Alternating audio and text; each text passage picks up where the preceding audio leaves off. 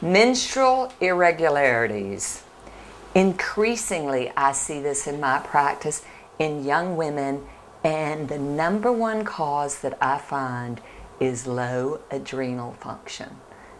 Like anything, you always start by fixing the patient, optimizing the patient overall with vitamin D, omega-3s, and the reason is because that's basically giving the body the raw materials it needs that it's probably missing, okay, so that the body is helping itself to as large an extent as possible. But then comes, you always first fix the adrenals. Again, on the website, there's a sheet under critical information of symptoms, of critical info of low adrenal symptoms. So you look at those. You also look at low thyroid symptoms. Because again, even if the thyroid's low, you treat the adrenals first. You always have to. And that's vitamin B5, lycro-intrinsic, which helps make your body hopefully restore the adrenal function enough. If not, you add adrenal life force. All the instructions are on the website.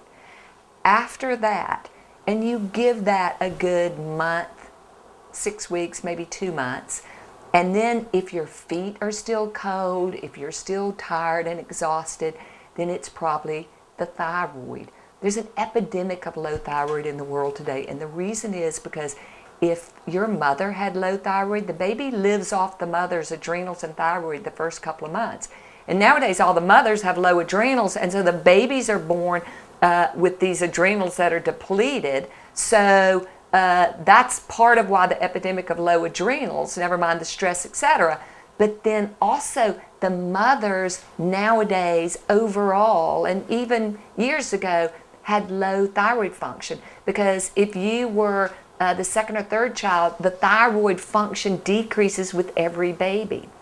So if your mother had low thyroid, then what they found is that once girl children reach puberty, because estrogen depresses thyroid function, then generally what happens is they start developing symptoms of low thyroid. But the adrenals and the thyroid are best friends. You always have to fix the adrenals first, because even if the thyroid's low and the adrenals aren't, the adrenals will become low. And again, you have to physiologically, scientifically fix those first. Otherwise, it'll make people feel worse instead of better.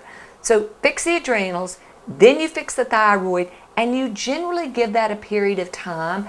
No pun intended, but you give that some time, and the period just begins to come back normally, even if you haven't had it. Why do a lot of young women have it?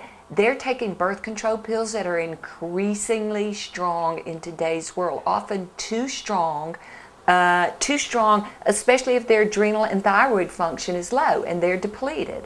So I'm not anti-birth control pill. It's simply that often that they are, because you've got to do something, but often they are too strong for people who are in the depleted states that they're in. Now, what else helps? First of all, again, like anything, you are what you eat. Food is your medicine. You have to stay alkaline, eat right for your blood type, green, green, and more green. The darker the green, the better. You exercise. Exercise makes your thyroid function better. So you don't want to run the marathon because that depletes your adrenals to a large extent, but you healthily exercise, and that all helps your hormones normalize themselves as well. So normally with young women, if you just fix the thyroid and the adrenals, the body will do the rest and they will fix themselves. It just takes a little while for that to happen.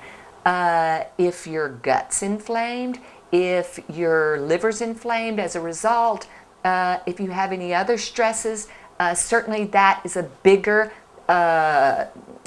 draw, a bigger problem for the thyroid and the adrenals, but start with that, and that normally will fix your problems.